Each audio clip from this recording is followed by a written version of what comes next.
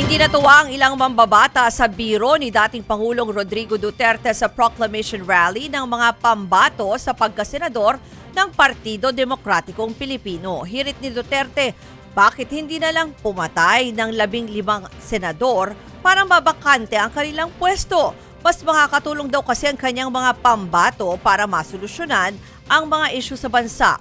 Pero tingin ng isa sa mga prosecutor sa impeachment trial laban kay Vice President Sara Duterte na si Congressman Lorenzo Defensor, taktika ito ni Digong para gawing normal ang salitang pagpatay at magamit na depensa sa impeachment trial ng vice, kung saan isa sa articles of impeachment ang death threat niya kay Pangulong Bongbong Marcos.